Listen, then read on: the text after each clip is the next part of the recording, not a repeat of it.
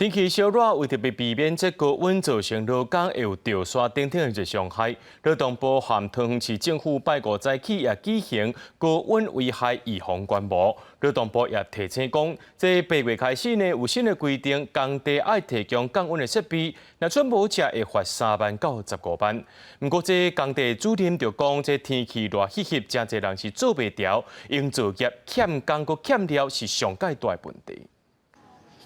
38度的高温，真侪工人伫日头骹搬帮毛、拔钢筋、甲洗乌拖仔机，无一时仔时间，规身躯是大力汗、细力汗。伫工地拔钢筋的吴先生，伊讲伊伫工地做工，逐工互日头晒甲潮沙，皮肤溜皮是常在发生的代志。毋过伊嘛有预防日头的撇步，亲像11点到下晡2点日头上猛的时阵，就是因工人休困的时间。一般时分拢11点休息到2点啦，闪这个太阳的尖峰期安尼。啊，无你讲这热，因为光是站在那边10分钟的受不了啊。大部分安全帽一定爱戴嘛，啊，但是有的师傅会用一个迄种纸板，用较宽的遮阳啦。啊，大部分我们都提供会有冰水啦。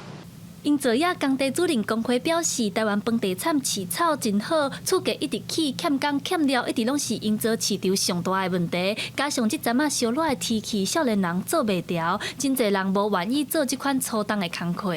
伊你环境遮歹的环境的所在要去做工课，你态度阁无好，互伊的是，当然伊无要选择这个所在。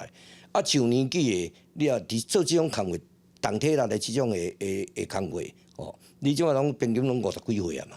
天气烧热，为着避免高温造成劳工出现热伤害，劳动部甲桃园市府拜5早起嘛举行高温危害预防观摩，呼吁头家爱针对高温做好预防设备。劳动部嘛提起8月份开始有新的规定，工地爱做好降温的设备，若无会罚3万至15万块。头家有责任做好热危害预防。记者陈阿选、曾俊佑台北报道。